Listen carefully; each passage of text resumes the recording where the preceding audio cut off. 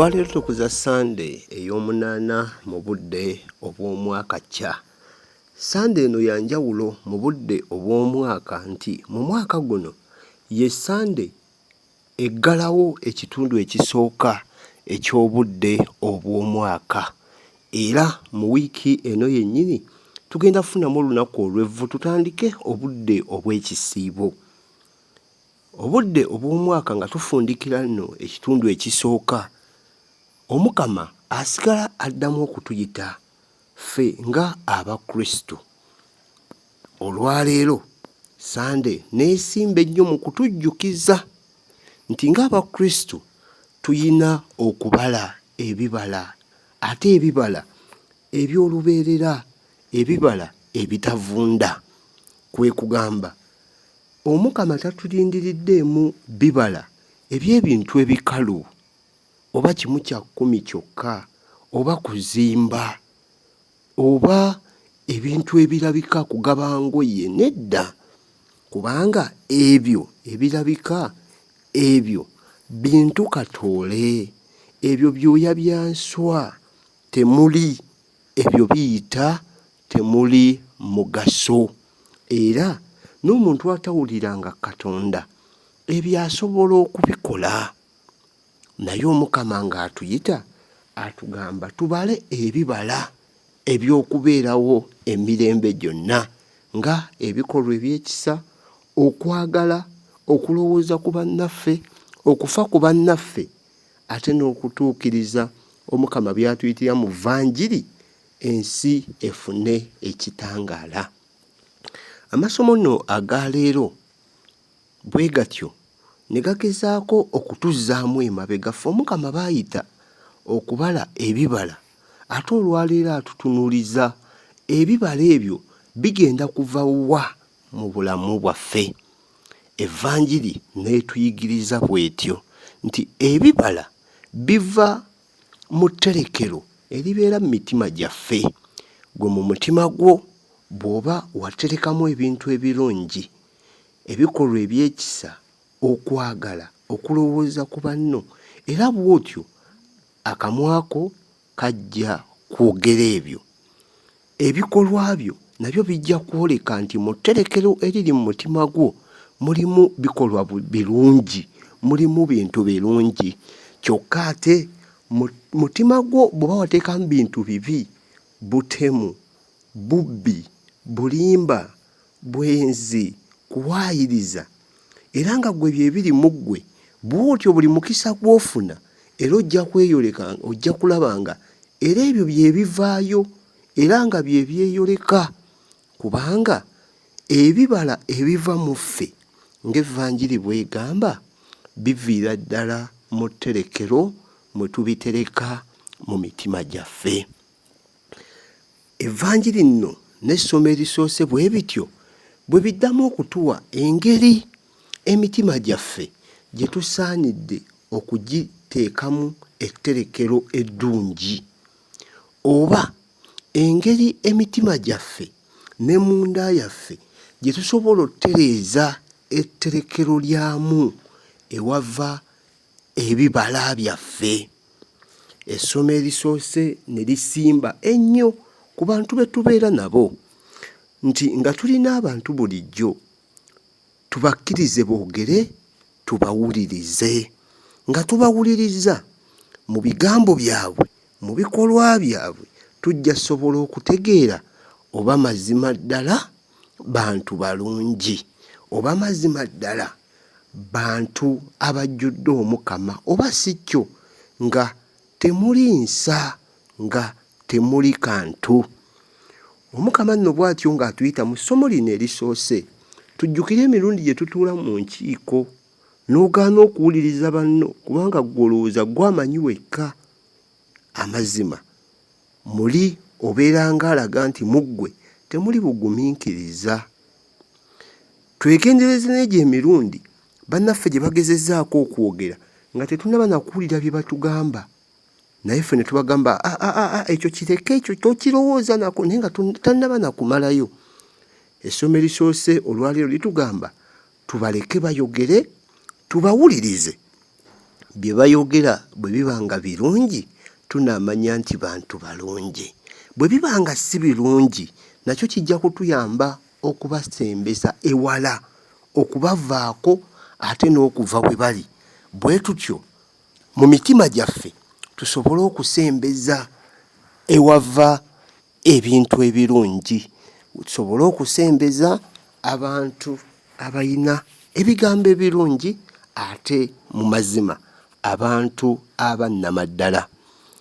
Evanjiri mu ngeri ate ey'enjawulo neetuyita nti mu bulamu bwaffe ng'Abakristo tusaanye okwefumiintiriza ku bulamu bwaffe, tusaanye okwekuba mu ttooki, tusobole okwemanya, tumanye obunafu bwaffe, tumanye obuteeyinza bwaffe. Tusaanye okwekuŋŋaanya nti omuntu otuulako awo ne weekuba mu mutima n'ogamba olunaku olwaleero nkoze bino ne bino, naye bino bibadde birungi, naye bino bibadde bitya, njogedde bwe nti naye nno wano ndi mulwadde, wano neetaaga okujjanjabibwa. Twetaaga ffe nnyini okubaako ebintu bye tweggyamu, naddala empisa embi n'ebyo. Omukama nno ye atuwa ekyokulabirako eky'ekisiki nti tuleme kutunuulira kasubi kali mu maaso g'abaganda baffe ate nga ffe tuyina ebisiki mu maaso gaffe. Bwe tutyo twekube mu ttooki. Mu kwekubamu kuno ttooki kijja kutuyamba okwetegeera, kijja kutuyamba okweggya ekiti mu maaso gaffe, ate awo tusobole n'okuyamba abalala. Lunaku lumu nayingirako mu kisenge kya omusaaseredooti omu nga mulimu entebe, obuliri n'entebe, naye ng'entebe teyina mmeeza. Ne mubuuza Faada, ate n'entebe yaaki? Nga mu maaso g'entebe tewaliwo TV, entebe yokka ng'eri awo. Nga Faada, ate no entebe yaaki? Naŋŋamba kanaamala, entebe eyo bwe mba sinneebaka ntuulako awo okumala eddakiika nga 3 ne ndowooza obulamu bwange bwe ntambuzza olunaku, ne ndowoozaamu bwe nnalutambuza enkya, ne ndowoozaamu be nnyiizizza, ate enkya nsobole okubeetondera. Ne ntunuulira akatebe nga ndabira ddala kye kintu kye nali sigezangako nti olunaku luweddeko ndabe bwe lubadde, ate n'olw'enkya manye ebinaabeeramu, kubanga nze ng'abasinga bwe tubeera nabeerangaawo nga oli bwakunyiiza oyo ng'omuwandiika nja kumulaba, oyo kamulinde, naye nga sifunamu kadde kugamba nti naye oba wano nze yabadde omukyamu. Faada oyo buli lwe namusanganga ne bwe namujjukiranga nga mu mazima nzijukira entebe eyo, nange ne ntandika mpolampola buli lunaku ofunayo akadde n'ogamba naye ebigambo bino bye nayogedde byabadde birungi, naye gundi gwe nabogeredde wadde sinaayo ngeri ndala, naye gundi gwe nagaanye okuwuliriza nabadde siyinza mugumiikiriza, ate ne weetegekera enkya. Kwe kwekuba mu ttooki Omukama kwatuyitamu leero.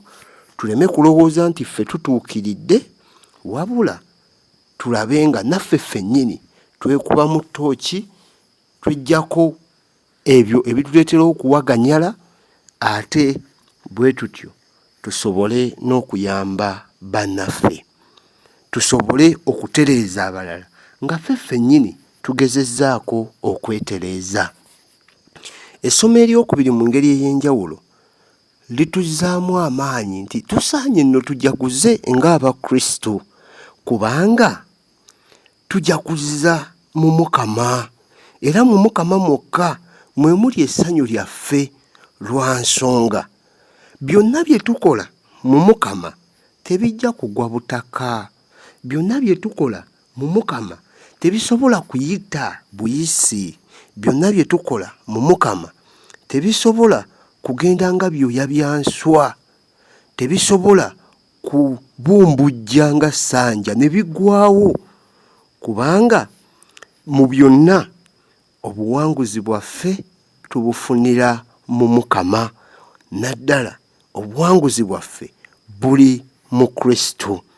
Bwe tutyo nno n'ebintu ebyandibadde bitutiisa nti naye tugamba nti tuli ba Kristo naye kino bwe kikutuukako oba owedde.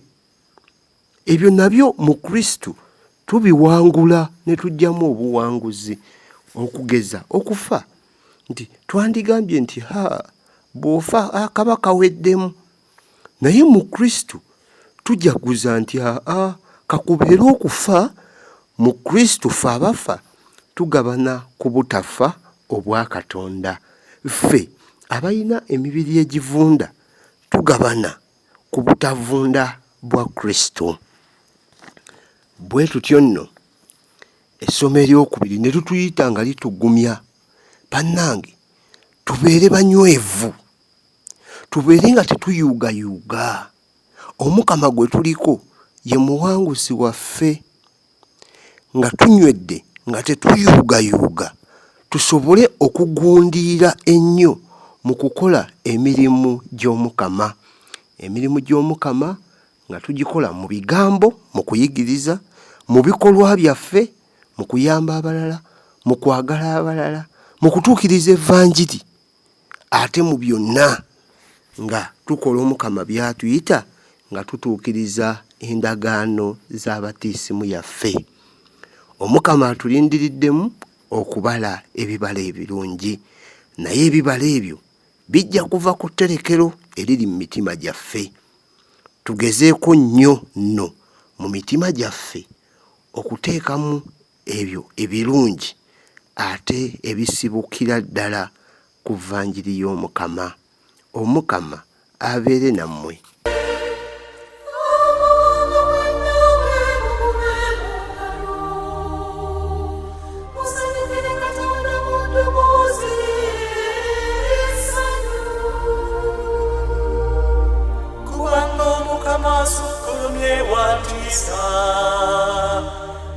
Kabako mukulu nsi kyekoma